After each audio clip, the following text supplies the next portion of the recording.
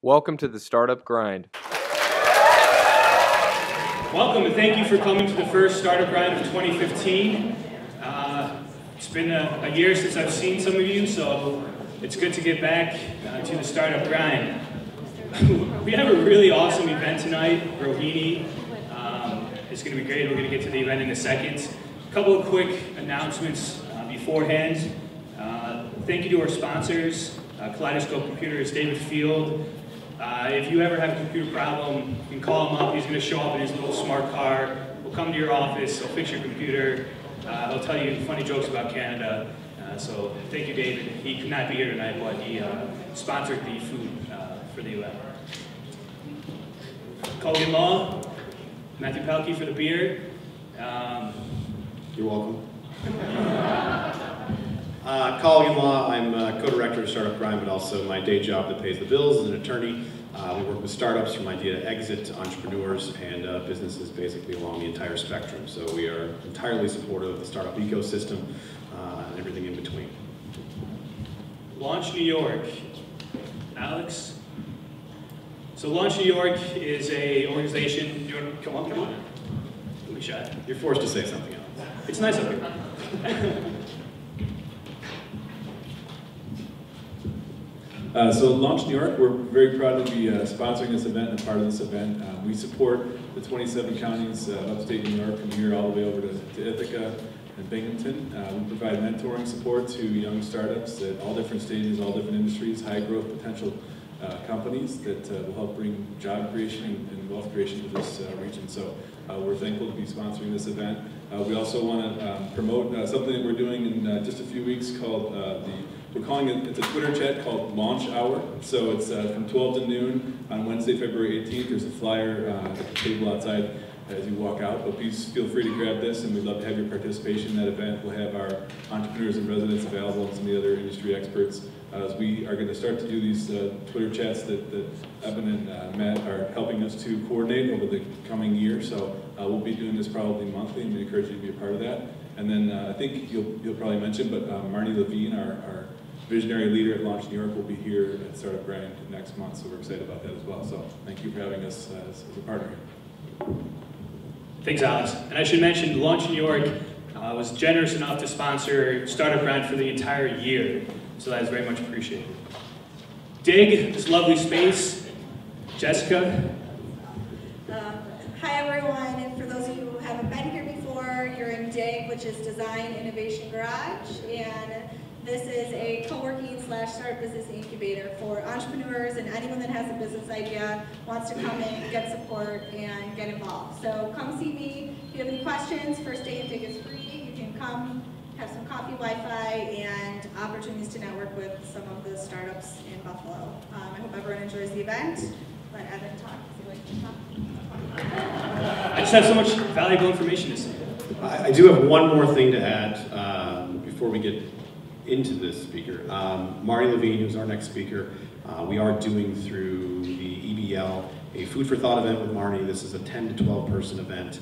I think there are still a couple of tickets left for next week. It's Wednesday, February 4th from 12 to 1:30. This is a very intimate setting where you're able to basically have an hour and a half long conversation with you and a handful of other people. So if you're interested, please check out the EBL website. It's on Twitter, Facebook, or you can reach out to me for more information. Thank you. Also, I want to give a shout out Neil Carroll, Nickel City Graphics, always does a great job with the videos. Thanks, Neil. 43 North and Z80, you guys probably saw when you came in. That's a really cool space. I think it's really interesting and good for Buffalo to get that co-location going. 43 North and Z80 are doing great things. Announcements real quick. I feel like there's so much going on now, it's awesome, but pitch in next Tuesday, David Kamecki, VCamp always does a great job. It's like Shark Tank. You can have 5 minutes to pitch your idea, 5 minutes for feedback. It's really cool. Check it out. Info. No. Okay. Well, full disclosure, that is not an actual pitch. Ask for things other than money. If you want help from somebody, great. Find that person. Check there. Infotech. beta is April 23rd. Peter Semino, Infotech. Awesome event. I would highly recommend it. You feel like you're in Hollywood. It's like an award show. It's a lot of fun. The launch hour, check that out on Twitter. eBell Lunch, Matthew mentioned. AT&T just launched an accelerator for ed tech companies. Ben Roberts is a local representative. AT&T set aside $350 million for the community. If you're in ed tech or you're thinking about becoming in ed tech, you should apply and get a part of that $350 million. February 7th, GDI is having an all-female hackathon. Pretty cool stuff. You can reach out to Lena Levine. And again, that's February 7th. Real quick, Nicole has a Kickstarter for VerbQ, so I'm going to give her 60 seconds to do her pitch for her Kickstarter.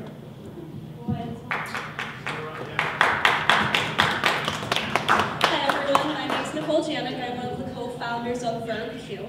VerbQ is an online language tool designed to beef up the writing of students, bloggers, performers, writers, and anyone else who uses it. Its database of 14,000 verbs is organized by topic and usage, not definition, which makes it a smarter thesaurus for the modern writer. It's also a fantastic resource for students, particularly those who are preparing to write college application essays. So with our social enterprise model, we'll be placing the tool for free into schools who need it the most, particularly those serving low-income students. Right now, to hit our launch date of summer 2015, we have a beta this spring, we need to raise $30,000 to pay for our developer and to get us through beta. So, as Evan mentioned, we're going to be hosting a Kickstarter starting this Friday, January 30th. We're going to kick things off with a really fun, awesome event at the Century Grill on Pearl Street. We're going to have product presentations at 7 p.m. and 9 p.m. with an awesome local band, food, drinks, games, prizes, all along the way. I have more information on that event if anyone wants to meet up with me afterwards. And I think I'm pretty close to 60 seconds. Thank you. Very good. If you're like me typing in Microsoft Word, I just hit right click and then like synonyms and then just like go through that. VerbQ solves that problem. Kendra is going to talk about a really cool group that just formed at UB called Scientista, which is promoting females and women in STEM. So she's going to just get up and let you guys know what Scientista is up to. Hi everyone. As Evan said, my name is Kendra Claiborne and I'm a student at UB. We have a new club starting there called Scientista. It is a national chapter. And basically the mission of our club is to kind of discuss this issue of the low percentage of women in STEM classes, but specifically computer science. And we kind of want to force the community for people to come and talk about this issue, as well as come up with ways to actually tackle it. And we have our first event next Thursday at UB. If you are familiar, it's at Davis Hall at 4 o'clock. And it's kind of just an introduction to the club, as well as kind of a meet and connect with other students. So if you're interested, please come up to me. And we're also looking for people, alumni or anyone in the professional field, so we can have as kind of like keynote speakers or panelists. So if you're available for that, please let me know. Thank you.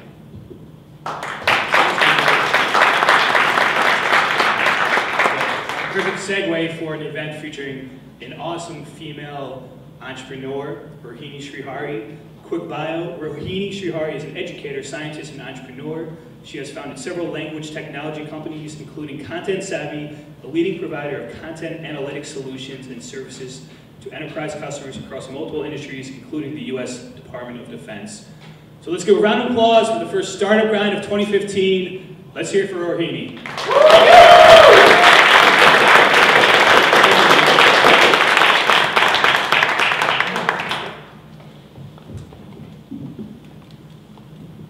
It's been a little while since I was up here. It feels good to be back. Thank you for being our speaker, Rohini. I'm really excited. A little bit before we go into Content Savvy, the company, the startup that you started, tell us a little bit about yourself, your background. How did you become a female tech entrepreneur? Okay, where do I start? Long, long ago in a galaxy far away. my background is an academic. I'm a professor of computer science. So I was very happily following that particular path, the academic path. I was at UB. I was, at the time when I started my entrepreneurial activity, I was not on the tenure track, but I was a research faculty member at UB, and doing pretty well. Was writing grant proposals to DARPA, the National Science Foundation, and getting funded to do some very innovative research. There was always an desire to do more. And one of the things that really motivated me also was, I was working in the area of natural language processing. I'd love to talk to you about your product, by the way. We were working on what I would call toy problems for research grants, writing papers, being very successful. And I've always wanted to, saying, we're developing this technology, it's got to be something that people would actually use, how could we commercialize this, how can we productize this, and how can we make it work on lots and lots of text, not just toy examples. So that was sort of what motivated me. I talked to people, and some people, made me aware of a program. I think Jack McGowan was one of the first people I spoke to. The Small Business Innovation Research Grants, and that's how I got started. Wrote some proposals, got funded for phase 1, phase 2, and I launched my first company to do all that kind of work. And then I guess the rest is, we can talk a lot about that, but the rest goes on from there. And it was kind of interesting because at the same time I founded the company, UB also made me an offer, and I became a regular tenure track faculty member at UB. So, things suddenly happen when you least expect it. So I've somehow managed to pursue both those tracks till now, my academic track as well as my entrepreneurial track. And I think there's a tremendous synergy between those two, which we can talk about later, but let you ask the next question. So maybe briefly describe what Content Savvy does for those that aren't familiar. So Content Savvy, a very cliched way of looking at it would be to say that we're in the big data space, but then every other company nowadays says that they're in the big data space. We were actually doing big data when it was not called big data. So we had a lot of work that we used to be doing with the government, the Department of Defense. And right after 9/11 happened, there was a tremendous interest in mining large volumes of open source content. Till then, the DoD was primarily focused on their own data, human intelligence, that kind of stuff. But after 9/11, there was a tremendous interest in exploiting the large volumes of open source data, internet, email, web traffic, all of that. And not only that, but in different languages as well. So that's the opportunity that we exploited. And in the previous company, we were focusing mostly on, almost exclusively on government work. But I saw the opportunity at Content Savvy to really productize this into a complete solution for commercial applications. So how could businesses really leverage all of this information? Social media was also just emerging at the time. Now, again, everyone does social media, listening, and so on, but we were one of the first to do that. And we were one of the, to this day, we are, I think, one of the only companies that can handle not only social media, but a company's own content, their reports, their documents, and really, see the synergies between the two. So that's what we've been doing at Content Savvy.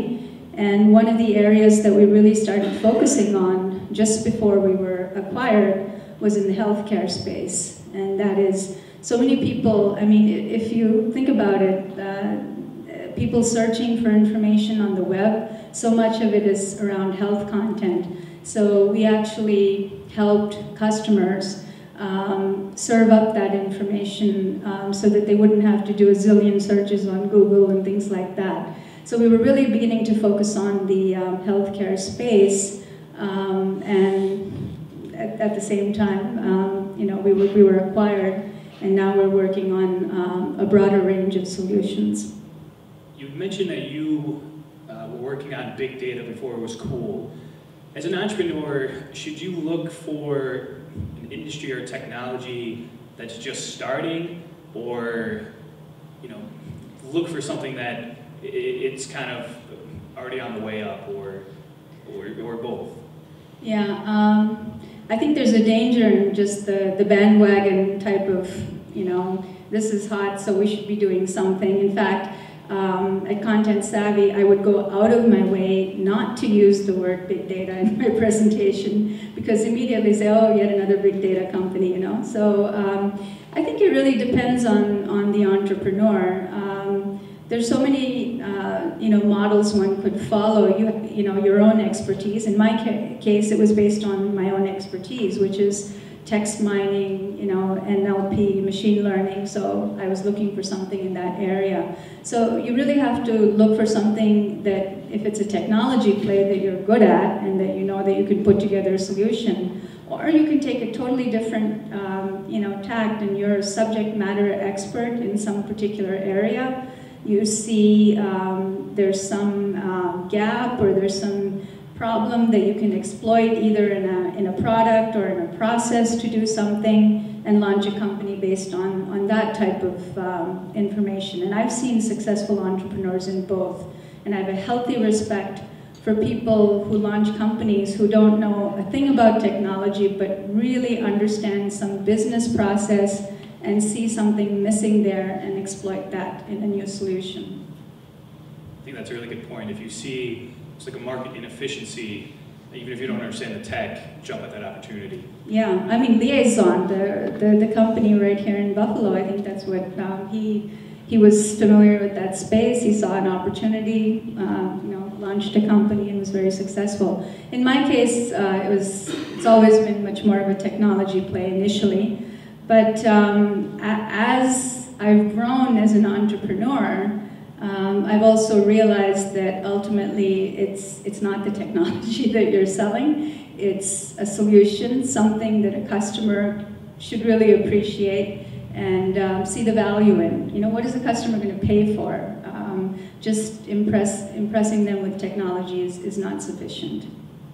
Can you talk a little bit about the early team and the importance of finding the right directors and team members? How did you form a team?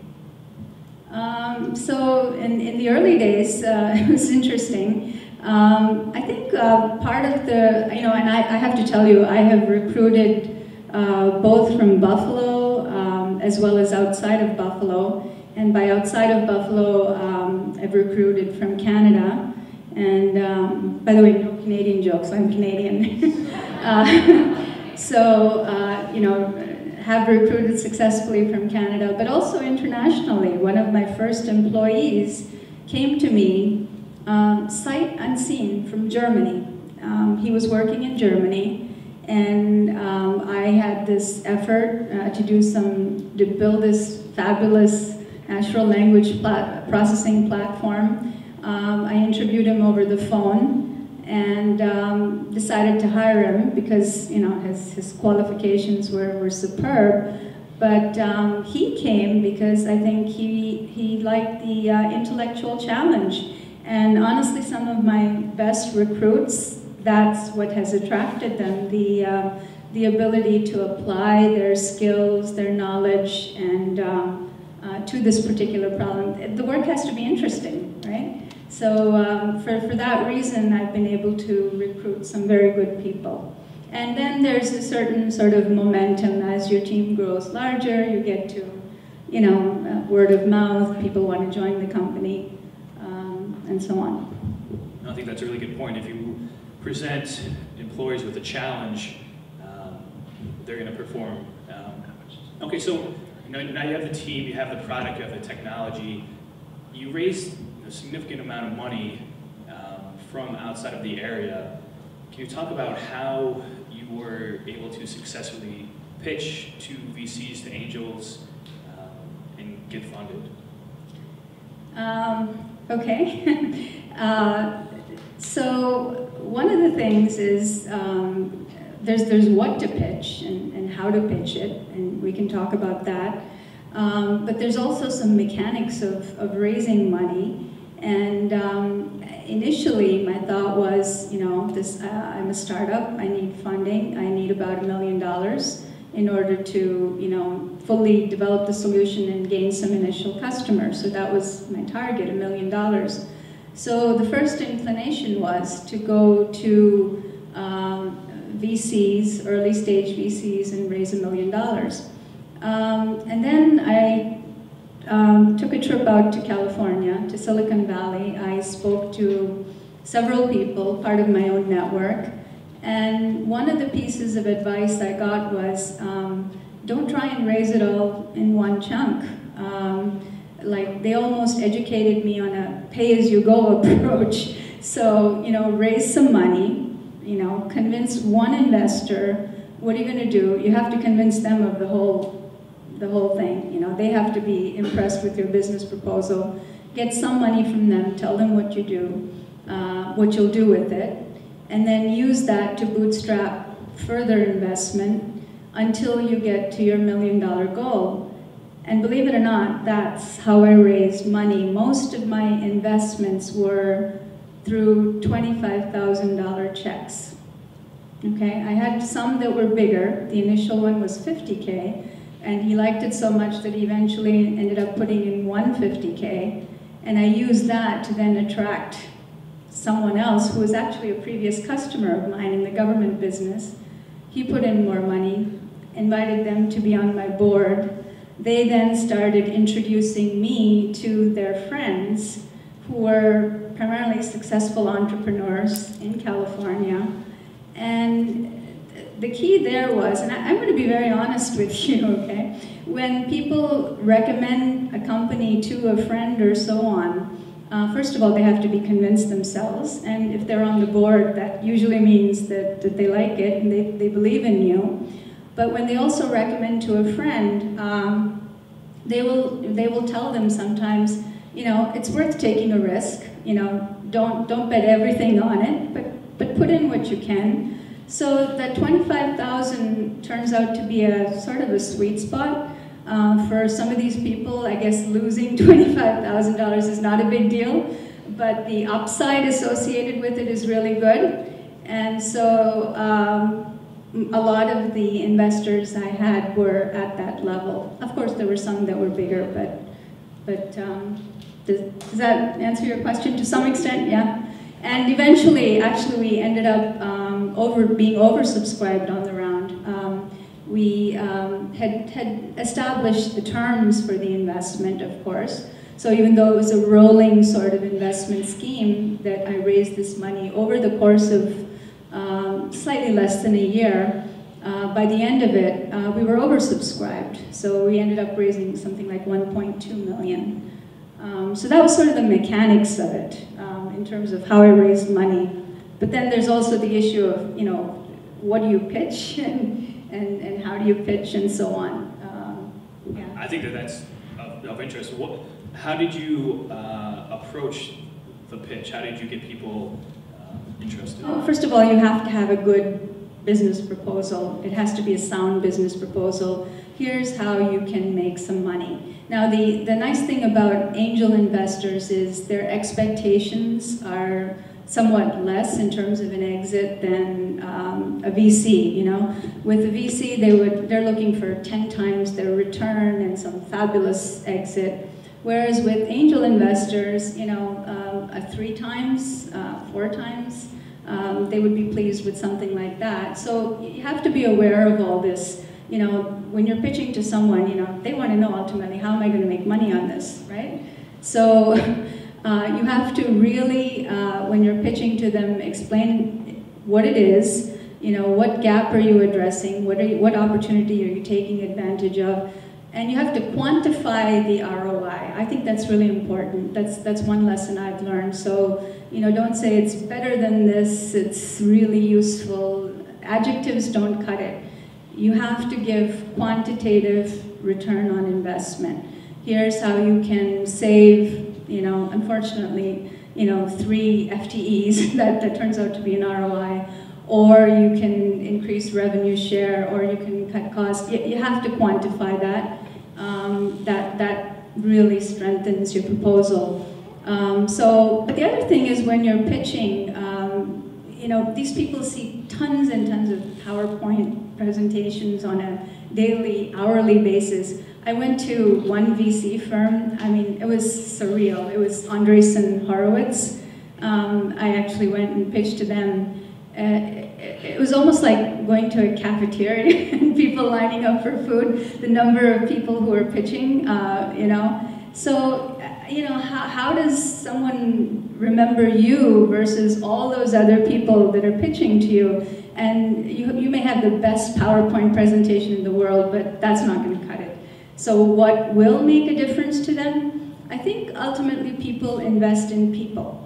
Okay, so they're looking at you, you know, when you're presenting, you know, how passionate are you? Have you done your homework? Okay, you know, what else have they invested in? You know, who are your competitors? All those kinds. You have your manner of presentation, how confident you are, your credentials, of course. The team is important. In my case, and again, I'm being honest here, I got away with a lot because I had a very strong technology background. But I think I would encourage, if someone else is doing a pitch, before you ever go to an investor, before you ever go to a VC, first pitch it to someone who could be a potential customer, not a real one, but someone in that space, and get their reaction, get their feedback. The second thing I would do is pitch it, find the best salesperson you know. It could be a salesperson working for another company, a friend of yours. If you cannot get a salesperson excited over it, there's a problem. Okay? And again, I'm being brutally honest here. So you may think you have a really state-of-the-art, high-tech solution, but in the past few years, you know, I have gotten most excited when, of course, a customer expresses interest, but the other thing is when a salesperson gets excited saying, wow, this is great, you know, I've been selling into this space, this is really great, I can go sell this.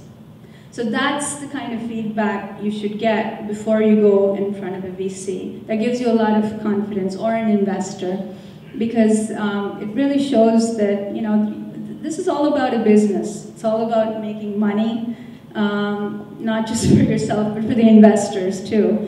And so you have to understand that piece of it. So I think, you know, lots and lots of PowerPoint is useful, but numbers, quantitative ROI. If you have a demo, you should definitely show a demo. But then think about what are the takeaways. What do you want that person to remember, you know? And this is something you have to be able to articulate on your own without PowerPoint slides. You know, what are the top 3 reasons why you should invest in me and not the, you know, 2,300 other people who have been pitching this week? That was a really good answer. I like the find the salesperson and get the salesperson to buy into it. I think that's really good advice, and I hadn't heard that before. Can you talk about a setback or a failure when you were starting, or was it all perfect? Everything that I've done has been perfect so far. I couldn't even say that with a straight face. You know, let's not call it failure. I think there are degrees of success, okay? So there's never a failure. I mean, there's lots and lots of things in between, you know, a horrible case of a bankruptcy and so on, and the other end, which is an IPO, right? Those are sort of the extremes. But in between there's lots of gradations of success. So, you know, half empty, half full, right? So, you know, I think one always aims for high things, but you might end up settling for others. In my case, you know, I was running a business focused on the government sector.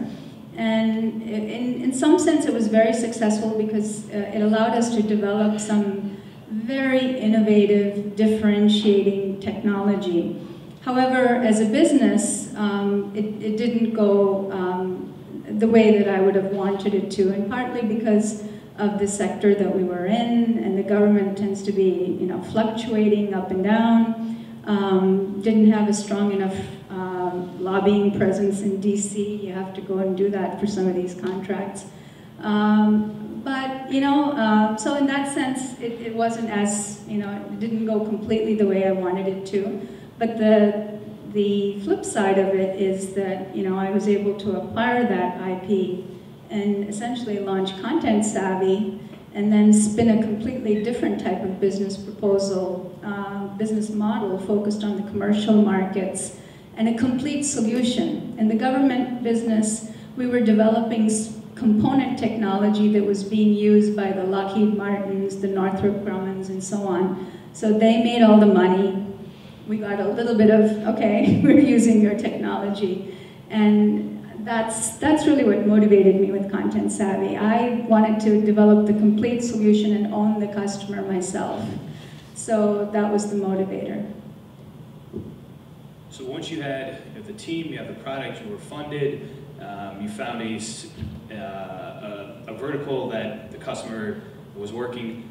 How did you grow? How did you continue to get new customers? And you know, obviously you were growing successfully. So how did you handle that growth? Well, you know, initially when you're a small company, you know, you're looking for your first customer once you build the product, the solution.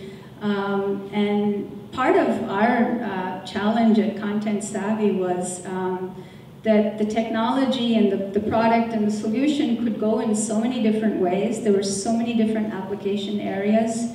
And as a small company, we knew we had to focus. But at the same time, you have to be opportunistic, right? There's a customer who comes along and is willing to pay you big bucks, then that's the way you go. So it was sort of a combination of both of those.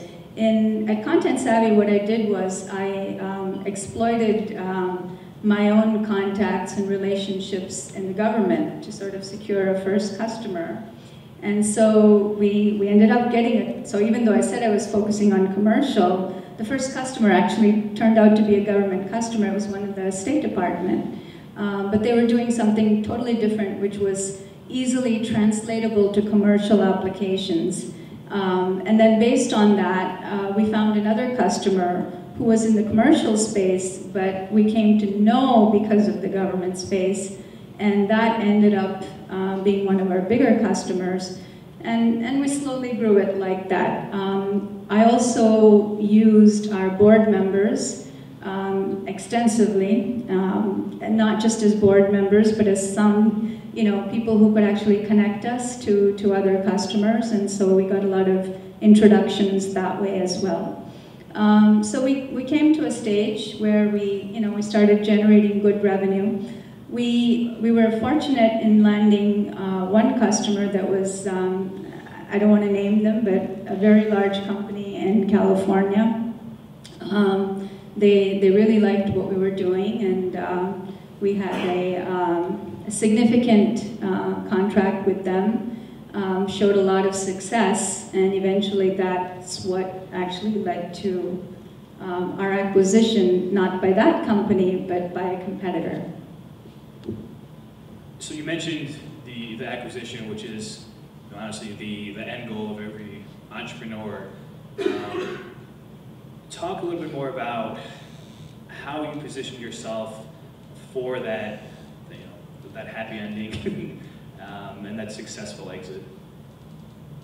You know, when you start a company, you know at some point that there has to be an exit somewhere or the other, but it's I think virtually impossible to, on day one, to say that, you know, I'm going to do everything from day one geared towards an exit. If you do that, you lose sight of your business. In fact, you know, a very wise person always says to me that life is a series of local optimizations, right? You can't optimize for the final exit. You have to sort of see where you are, you know, and take the best decision at each point. And hopefully that leads to an exit. Of course, that's sometimes in Silicon Valley that doesn't happen. I've seen people who on a piece of paper, you know, say, here's my company idea, go pitch it and sell it even before there's a product or a service, but that's Silicon Valley.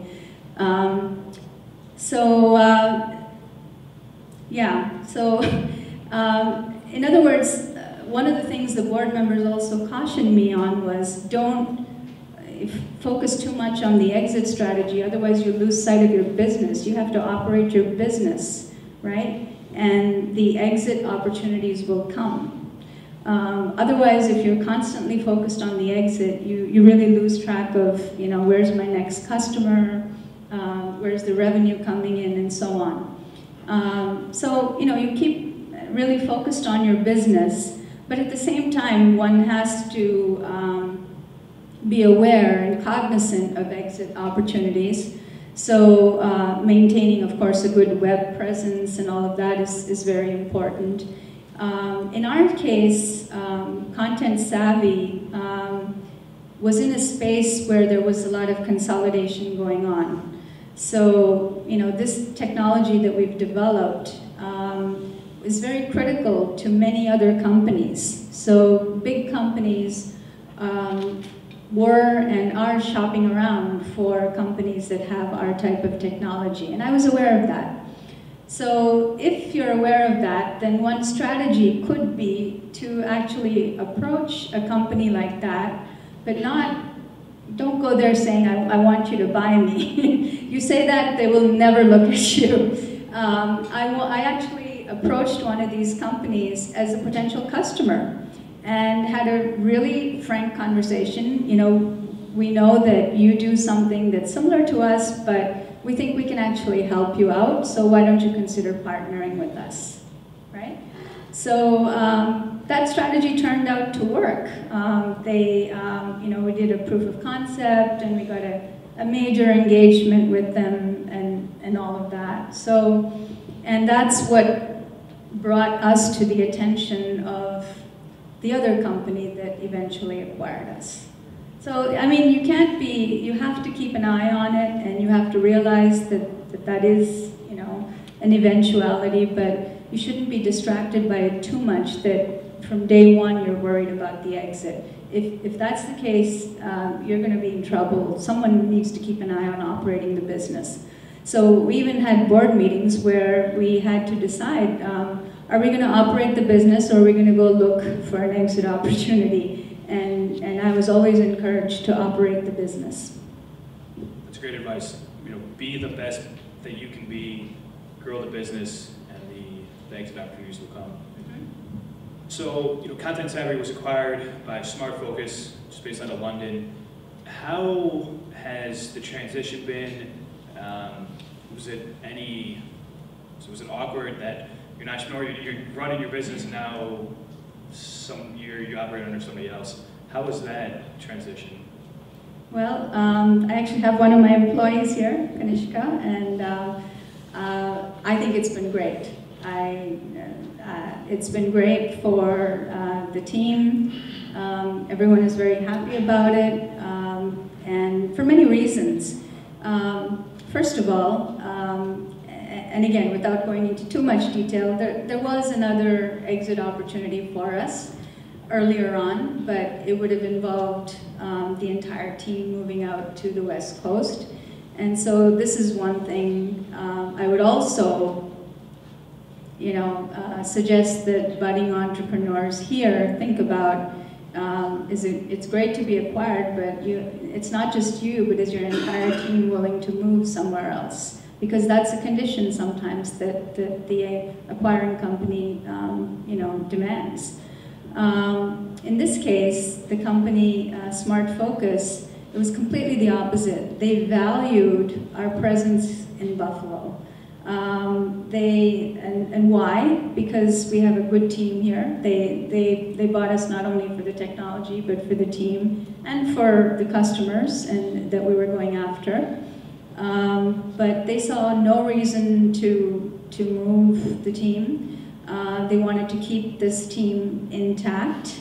Not only that, but grow the team, saying, you know, especially me, they say, you know, you've done a great job of recruiting. We want you to expand the team. And I'm very happy to also announce that today's Wednesday, right? Friday, we're moving into brand new space, which is about 3 or 4 times the space that we're currently in. So they're investing in us, and this is being reinforced all the time, that we didn't just buy you for the technology. You're an integral part of the company. They're actually letting me head this whole business unit, which, you know, we were called Content Savvy. It's now being called Content Smart, just because they had to use the word smart. And essentially the pitch to me when they wanted to acquire us was, you can now do everything that you wanted to do that you couldn't do because Content Savvy wasn't big enough. We now have a huge sales force, 400 people selling all over the world. And you know, the CEO of the company has told me that this was the best acquisition that they made. So it's been great. I think everyone would agree. The customer opportunities that are coming to us are really great. And we're also now integrating what we've done with the whole Smart Focus platform, and that's allowing us to go after some solutions which are really, I mean, I have to say it from a technology point of view, pretty cool, but from a customer point of view, also leading to a lot of really good ROI. I think that's really cool that the company that acquired you, it was more than just an acquisition to them, it was part of their business model and growth. And then, you know, you mentioned your teammate, employee Kanishka, and she told me a really cool story, and it's too cool not to mention. Your first office was a converted home, and she told me a story of, it was early on and you were getting office furniture delivered, and she was saying your team sitting around building desks. So I thought it was really cool that you're literally building a team by this, you know, creating the furniture. So do you think that it's important for startups to have that culture, or did it just happen? I think we, you know, in our case, honestly, we couldn't afford more than that. So it was almost like the HP being founded in a garage story. Ours was this house, you know, and but from my perspective, you know, I was asking all these people who joined me to take a risk. I say, you know, this is a company. Take a risk, join us. And if we're going to be successful, it's not just because of me, it's because of us as a team. We were a small team, and I said, all of us have to contribute, and not only in terms of technology, but any other way. And in the first few months, not only did we assemble furniture and all of that, we used to have a practice where every morning we had a stand-up meeting, where literally all of us stood up, and for 15 minutes, each person just said something about what they were doing. It was not necessarily related to, you know, developing new features or whatever, but I think we're a very close team. All of us know each other personally. We do everything fairly democratically, I think. Some of these people have been with me for over a decade. So that's a true testament. I've seen their kids being born and going up to school and high school and all of that. So for me, that makes a big difference. Yeah. That's awesome. Shift focus a little bit. Buffalo, you're a tech startup, tech company in Buffalo. what are some of the changes that you've seen, and maybe what are some of the changes that you've seen in other places, Silicon Valley or places you've traveled, that maybe Buffalo could adapt and learn from other places? Yeah, I'm going to use another quote again by one of my favorite people, and the quote was, "No genius was ever born on the French Riviera." So, you know, if you understand what that means, it doesn't matter where you're from. There are geniuses everywhere. So, you know, that's not the factor. So your question about was Buffalo versus somewhere else? What could Buffalo learn, or, you know, also maybe the flip side, what could Buffalo teach some other cities? Yeah, well, first of all, you know, just this event here tonight is incredible for me. When I was starting out, there was nothing like this. You know, so I'm just thrilled to, you know, forget about speaking here, just attending this event is a big thrill for me. And to see, you know, so many new people, entrepreneurs, and all of that, I think Buffalo is definitely headed on the right track with the 43 North competition, the launch, New York, and so many opportunities for funding also now that weren't there when I was pitching. Now there's some targeted funds for companies in New York State. There's also some targeted funds for women entrepreneurs. So I see everything headed in the right direction. But one thing I would say is, you know, it's okay, it's fine to have your company here in Buffalo and grow your company, but it's also important to have some visibility and, you know, in places like Silicon Valley, depending on what you're trying to do. So I would advise that, you know, go visit there, go do some networking there, see what the landscape there is like, because there are customer opportunities, there are exit opportunities, opportunities for recruiting, just opportunities to talk to people. So, you know, and nowadays it's, I think, you know, because of all the, you know, the internet, GoToMeeting, video conferencing, all of that, in some sense it doesn't matter where you are. So I've, you know, dealt with companies where, you know, the CTO was, believe it or not, based in Niagara-on-the-Lake, and he was working out of his house. The CEO was in Silicon Valley, the sales team in Chicago, and the developers everywhere. And very successful company, you know. Of course, there's some challenges in managing those type of companies. So being based in Buffalo, fine.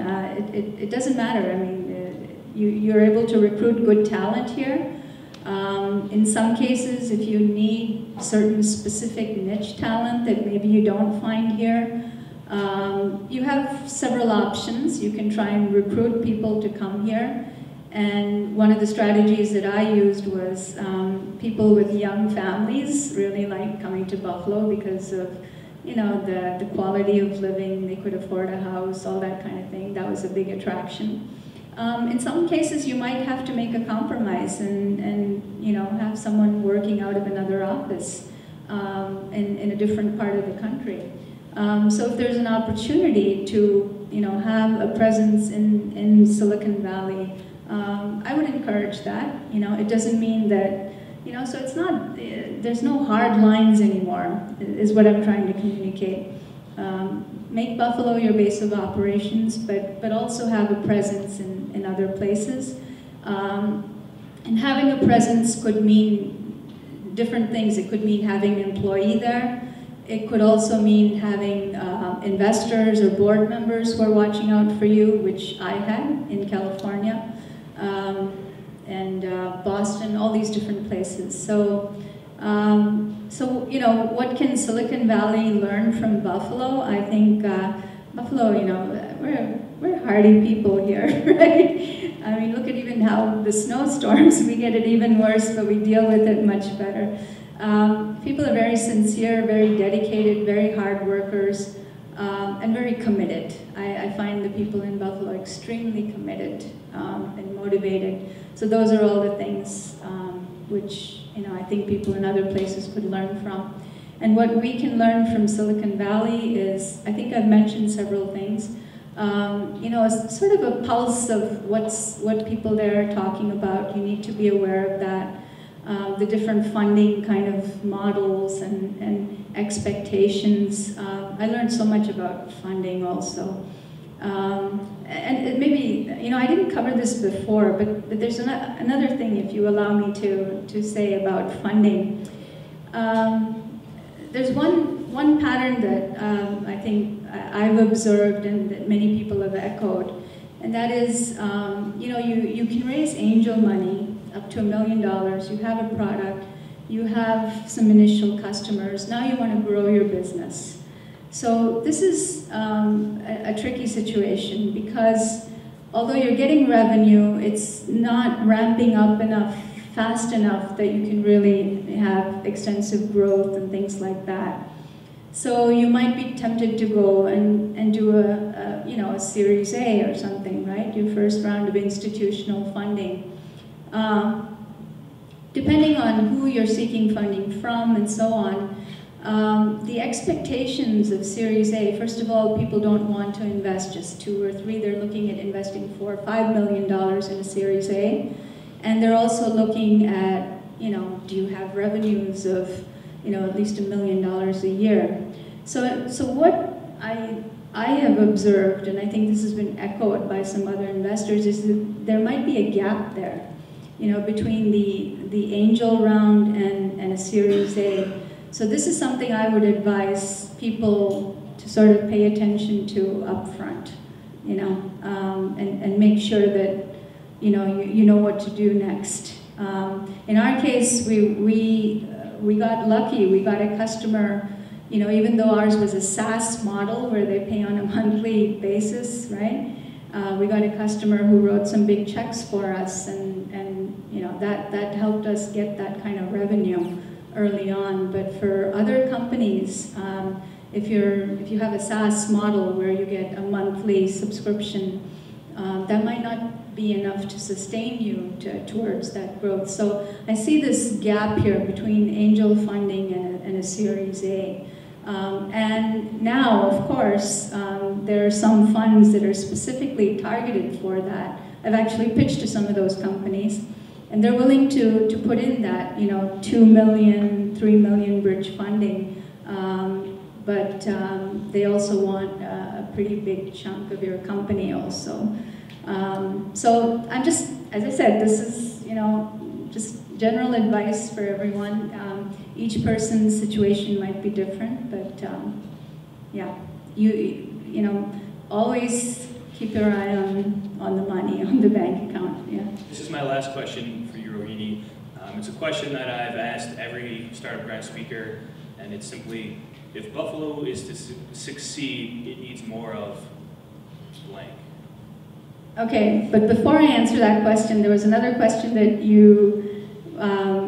that we had sort of talked about, and I just want to volunteer an answer to that. And this was about women in computer science, especially after you gave your intro about the Scientista and so on.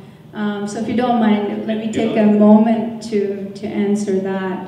I think this is a real issue, and just to give you some statistics, of all the undergraduate degrees that were awarded in computer science, women only had 18% of that. And this is a decline from something like 23%. So there's definite problem. And in terms of jobs, if you look at tech companies, 70% of the employees are male, right? So there's definitely a gap there. And I think one of the questions is really, how do we address this? My own feeling on this, and I've mentioned this many times, is that this isn't something that you start doing at the college level. I think this has to start at a much earlier age, at school age, I mean, if you think about young girls, and I know I've come across, young girls, 13, 14, they're in high school, they have all the peer pressure, in terms of whatever, looking good, attracting, boyfriends, whatever, but also, working, in some case, being a babysitter for their siblings. And you look at these young girls, my heart goes out to them. And then you tell them, you have to go to college and spend all night, in a lab programming and doing all of that. Are they going to choose that, or are they going to choose something easier to get a degree, It's as simple as that, really. There's so much pressure, so many competing factors for their time. So how do we solve this? Well, first of all, we have to do things like what you're doing, make it more cool to be in science and technology. But I think even emphasizing at a very young age, if you go into computer science, then this is what your life could look like when you're 30. You don't have to be dependent on anyone else, You can have a very good career. And instead of saying computer science, I think it would be, my personal feeling is there's certain areas in computer science which women tend to be, more attracted to. For example, the area of computational linguistics. If you go to a conference in computational linguistics, I would say the majority of people there are women. It's just a sub-discipline of computer science that happens to attract a lot of women. I was at MIT Media Lab and robotics in the sense of designing robots for, that they can help with household tasks and behavior and things like that. Again, a lot of women in that particular field.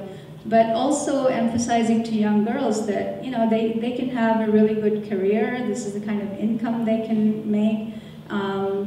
Not that you'll be on easy street, but here's a good career path for you. I don't know, making it more attractive somehow. I don't have all the answers, but all I know is it has to start much earlier and not something in college. And it's a very cultural thing, because if you look at countries like India and China, there's, the numbers of women in STEM careers are much more even, So it's a very cultural thing. It's also influences at home and things like that. But I think there's a lot of activity in turning this around, and I would encourage efforts like yours. So now your question, what would I do to turn Buffalo around? So the way that I would answer that is, I think Buffalo is already turning around. I can feel the change, honestly, and I'm so thrilled. Being a long-time resident of Buffalo, I haven't seen this kind of activity and positive energy in a long time. So kudos to everyone who's really already doing that. But I think, one of the things that I've observed is successful cities are ones where they can attract a lot of young people to.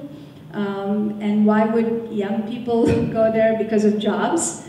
So I would say that, what Buffalo really needs are maybe some more what I would call anchor companies. Like when you have a shopping mall, you have the anchor tenants. So more anchor companies. We have the Solar City that's moving in. Yahoo is expanding, but a few more of some of those big companies that will attract, lots of people in larger numbers, especially younger people. I think that will really help to turn the tide. And it doesn't have to be, just technology. It could be other types of companies also. So somebody was saying that, the youth in Buffalo, those who stayed in Buffalo, their dream was to get a job at M&T Bank, and not to put M&T Bank down, but they're looking for other types of opportunities, and now that's happening.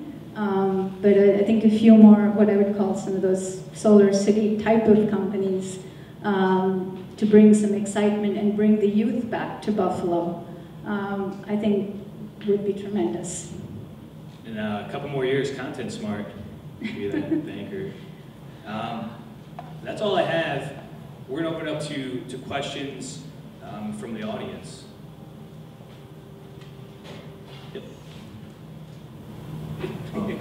Hi, my name is Deuce, and I have a very basic question because I've only just recently started my business, and so I always hear about startups and investors and angel investors and all these different types of investors.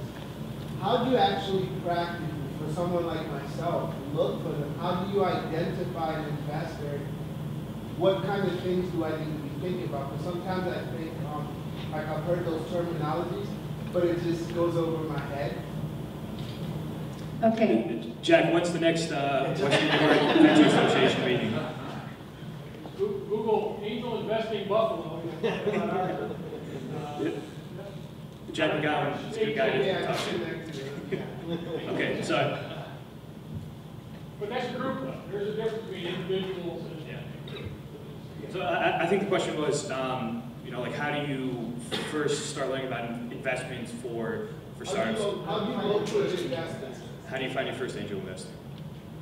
That's the hard thing. Honestly, that was my biggest challenge, was to find the first angel investor. So, you know, you have to exploit your own network of contacts, or, you know, be given contacts by other people.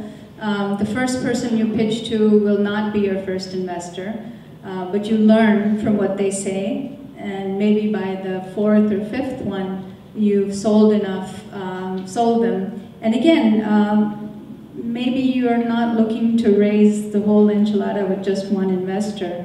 You know, maybe you're willing to, so you want someone to take a chance on you, right? So that's why I was really talking about that particular model of investing, where you get smaller chunks of investment money.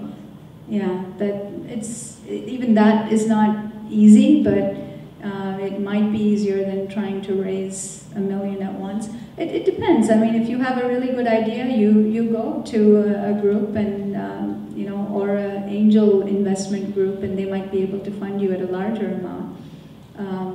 But the first one is always the hardest, and that will really ultimately tell you whether the business is really going to succeed or not, if you can get that first check, right?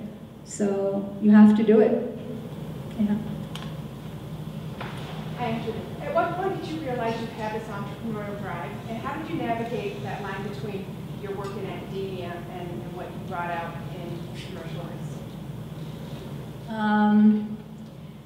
You know, I'm not sure whether I had the entrepreneurial drive per se to initially just go and, you know, build a fabulous business, make lots of business. What I really wanted to do initially was, I was much more coming at it from a technology point of view.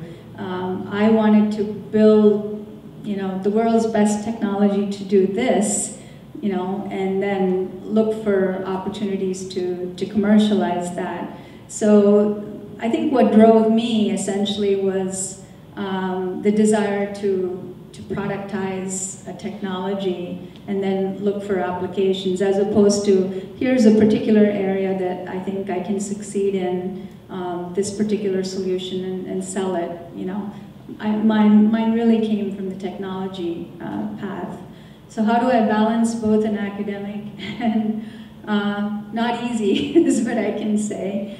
I've managed it, and you know, what I would say is, as I think I mentioned this before, there is a tremendous synergy between the two. So when I teach, you know, and I teach advanced courses in text mining and so on, I always bring in, you know, problem-solving methodology, and, you know, how would you make this work with the real customer? So I bring a lot of that into my classes. So when they do the class projects, they're already thinking about that, you know.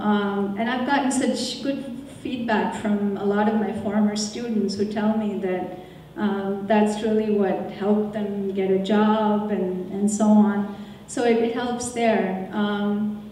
In my entrepreneurial side, I think, you know, whenever, and I get asked to do this a lot, even with our new company, someone else says that they can do this, you know, immediately they call me and say, can you get on the phone with the customer and tell them why we're better than them?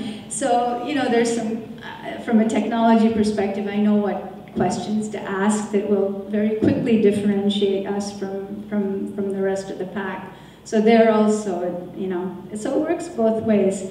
I would wish, though, that, you know, there's, besides the synergy for me, I think there's also, the university has benefited because I have hired so many interns and so many of them have become full-time employees.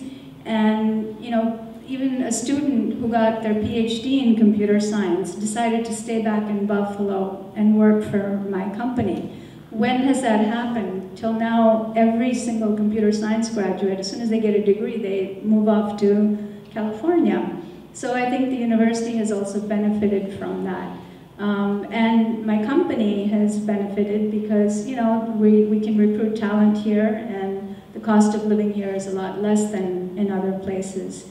I sometimes wish that, you know, there would be more discussion of this at the university and that the university would encourage more of this type of entrepreneurship. It has been challenging for me sometimes to manage both, but I've done it. Yeah. I think everyone benefits is what I'm saying. Yeah. You were talking a lot about funding. How do you avoid the trap where you're fundraising and not actually funding the business? Yeah. So I mean, look, as an early stage entrepreneur, unless you raise a lot of money up front, you're always going to be doing fundraising in some way or the other. You just have to balance your time and you know, say that this is the time that I'm going to spend on this, and this is how I'm going to run the business. This is where, you know, board members are helpful in helping you manage that time as well. Otherwise, you're going to be spending all of your time fundraising, or you're going to be trying to pursue sales opportunities and suddenly realize you're going to run out of money. So if you have, you know, a set of advisors, even if it's not a formal board, I would recommend conversations with them, you know, maybe every, you know, 4 weeks, and just so that someone else can also steer you and help you make those decisions. I talk to my board members all the time. Sometimes even when I didn't want to talk to them, they wanted to talk to me. So, you know, yeah, you have to, it's a tight balance, but you know, as a CEO, you've got to manage the money, so. Just to be kind of everybody's time, one more question, and then for Rohini, stick around afterwards. Sure. Good evening, Professor. I'm Kyle, third-year student in the department. I just wanted to ask you to speak on, you started to hit Disney or less answer. Could you speak on just work-life balance, just especially balancing the academic and entrepreneurial tracks along with, you know, having a life? My husband is here too, so you know, it's always a balance, and you need to have supportive family, you know, who realize that, you know, it's not that your work comes first, but you just have to spend a lot of time on that. And I've been very fortunate to have such a supportive family. In terms of the academic and the entrepreneurial stuff, I've gone back and forth. I've taken, you know, leaves of absences, sabbaticals when necessary, worked out whatever arrangements needed to be. It is challenging. I mean, if you look at other universities, Stanford, MIT are the big ones, of course, and UB is not quite at that level, but still, there's some things that they do which I would, if I had the opportunity, encourage. our administration to take a look at to be more supportive of entrepreneurial efforts. Because as I see it, it is a completely win-win situation. And I think one of the other questions also was, how can the university leverage some of the technology and IP that's developed there? Even there, part of the problem is New York State and some of the roadblocks that the regulations, New York State regulations. But if you look at MIT Media Lab, their budget is like $50 million a year or something. And they raise all of it through companies that become members of MIT. And what they get for their fees is a license to all the IP. Whereas with us, somebody wants to license technology from UB, it's really hard. You have to go through all these different hurdles. And part of that, is around the IP issue. Part of that, I think, is because of New York State regulations also. But this is something that needs to be looked at, I think. Awesome. Well, thank you guys, girls, for coming. You're welcome to stick around, ask Rohini questions. If there's any pizza or beer left, you're welcome to that as well. Or if you would like to join us at Ulrich's, I'm sure someone will head over there. Thank you.